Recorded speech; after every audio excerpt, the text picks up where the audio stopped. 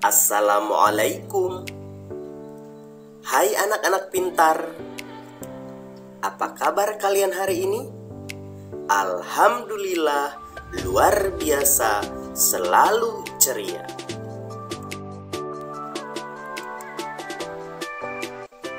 Jumpa kembali dengan Pak Warta di video pembelajaran secara online ini. Anak-anak pintar, apakah kalian sudah siap untuk belajar bersama Pak Warta hari ini? Kalau begitu, silahkan kalian siapkan dulu buku catatan, juga buku tugasnya ya. Anak-anak pintar dimanapun kalian berada, untuk memulai materi kita pada hari ini, silahkan kalian simak terlebih dahulu cerita yang akan dibacakan oleh Pak Warta. Simak baik-baik ceritanya ya.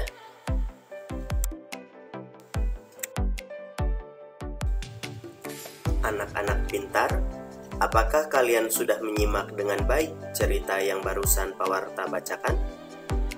Jika belum, silahkan kalian ulangi lagi video ini ke bagian sebelumnya. Setelah kalian menyimak baik-baik isi cerita tersebut, sekarang kalian kerjakan tugas berikut. Tuliskan gagasan pokok dan gagasan pendukung dari masing-masing paragraf pada cerita yang tadi dibacakan. Silakan kalian kerjakan tugas tersebut di buku tugas.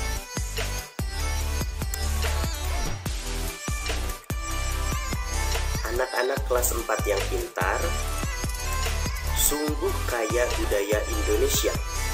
Sebagai anak Indonesia, kita harus bersyukur dengan kekayaan ini. Kita dapat mencicipi beragam makanan, bermain permainan tradisional yang berbeda, dan tentunya mengenal kebiasaan-kebiasaan yang berbeda pula. Banyak hal yang kita bisa pelajari dari keanekaragaman itu. Nah, apakah kalian suka memainkan permainan tradisional? Lalu, permainan apa yang sering kalian mainkan?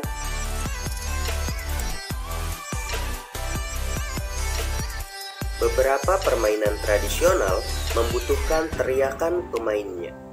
Semakin banyak yang berteriak, semakin banyak pula suara yang kita dengar. Pernahkah kalian membandingkan bunyi yang dihasilkan saat kalian berteriak di lapangan dengan bunyi yang dihasilkan pada saat kalian berteriak di kamar mandi atau di ruangan yang tertutup lainnya? Bagaimana hasilnya? Ternyata pada saat kita berteriak di kamar mandi atau di dalam ruangan, suara kita seakan ada yang mengikuti. Mengapa demikian ya? Apakah ada hantu yang mengikuti kita? Ataukah ada orang lain yang menirukan suara kita?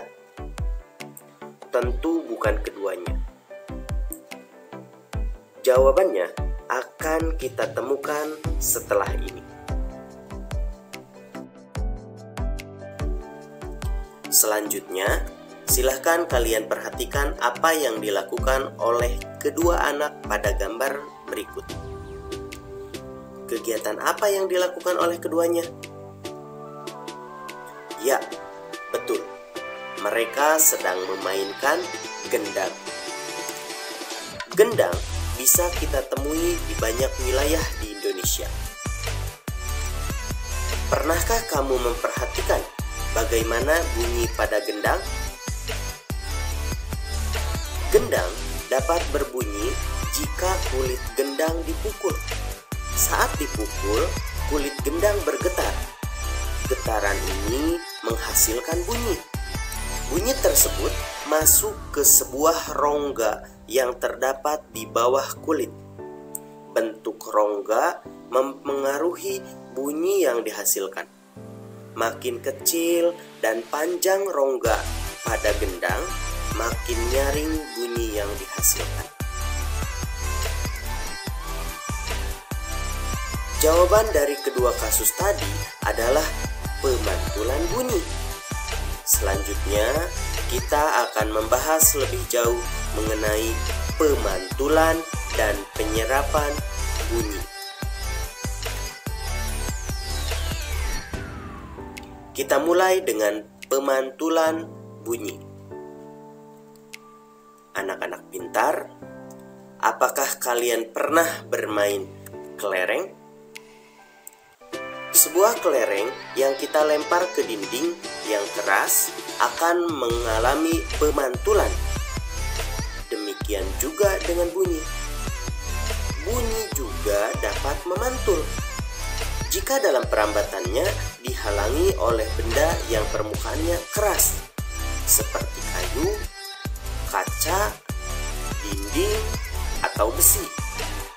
Jadi, ketika sumber bunyi menghasilkan bunyi, kemudian bunyi tersebut merambat melalui media rambat bunyi seperti udara, kemudian di salah satu sisi perambatannya terhalangi oleh benda yang memiliki permukaan keras seperti kayu atau tembok, maka bunyi tersebut akan dipantulkan, menghasilkan gema dan juga gaung.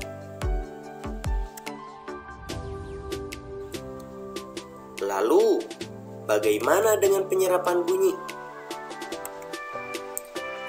Selain dapat dipantulkan, ternyata bunyi juga dapat diserap. Benda-benda yang dapat menyerap bunyi adalah benda-benda yang permukaannya lunak. Benda yang demikian disebut peredam bunyi.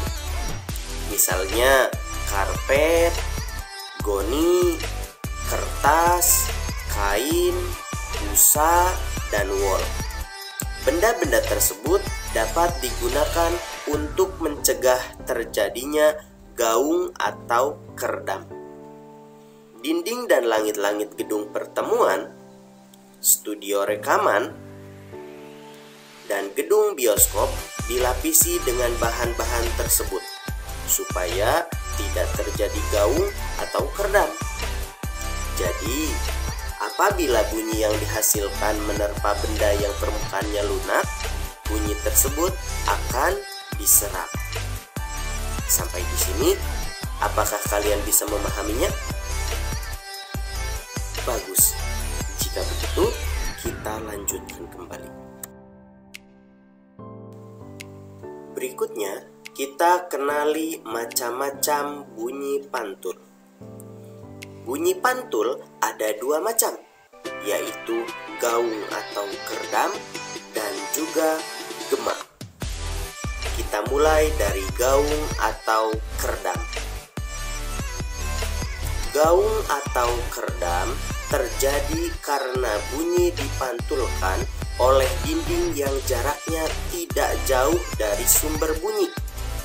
Hal itu menyebabkan datangnya bunyi pantul bersamaan dengan bunyi asli yang belum selesai terucapkan.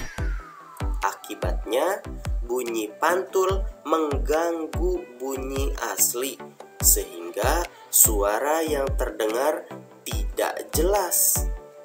Jadi, apabila kalian mendengar ada bunyi yang mengikuti suara kita dan terdengarnya hampir bersamaan dengan bunyi aslinya, maka itu dinamakan sebagai gaung atau keredam.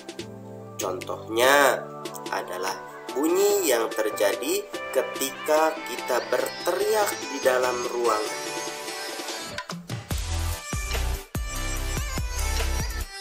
Kemudian yang kedua ada gema. Gema terjadi karena bunyi dipantulkan oleh dinding yang jaraknya jauh dari sumber bunyi. Hal itu menyebabkan datangnya bunyi pantul setelah bunyi asli selesai terucapkan. Jadi, bunyi pantul yang terdengar lengkap sesudah bunyi asli.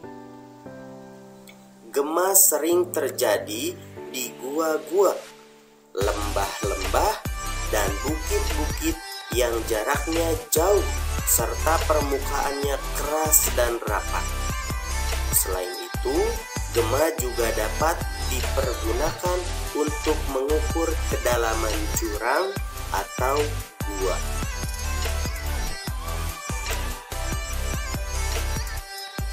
Anak-anak pintar, untuk lebih menguatkan informasi yang barusan kita dapatkan, silahkan kalian lakukan proyek berikut ini. Pertama, kalian ambil beberapa botol atau alat lainnya yang menghasilkan bunyi, seperti ember, gelas, atau kaleng. Kedua, bunyikan peralatan tersebut di dalam ruangan. Ketiga, bunyikan peralatan tersebut di luar ruangan. Dan yang keempat, catat hasilnya dan bandingkan. Jadi, kalian harus melakukan yang pertama, kamu harus ambil botol atau benda lain yang menghasilkan bunyi, seperti ember, gelas, atau kaleng. Kemudian setelah itu, kalian bunyikan peralatan tersebut di dalam ruangan atau di dalam rumah kalian. Setelah membunyikan di dalam rumah, kalian keluar dan bunyikan peralatan tersebut di luar ruangan atau di luar rumah kalian. Lalu kalian catat hasilnya dan bandingkan. Apakah terjadi perbedaan? Kemudian, kegiatan mana yang menghasilkan gaung? Itulah yang harus kalian kerjakan.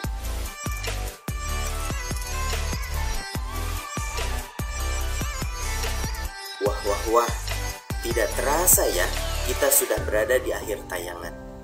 Pak Warta ingatkan kembali, bagi kalian yang belum subscribe, silahkan tekan tombol subscribe-nya. Dan jangan lupa untuk like, juga share video ini sebanyak-banyak, supaya semakin banyak orang yang tahu perbedaan antara gaung dengan gemak. Dan sebagai bukti bahwa kalian sudah menyimak materi di video ini, silahkan kalian tinggalkan komentar di bawah.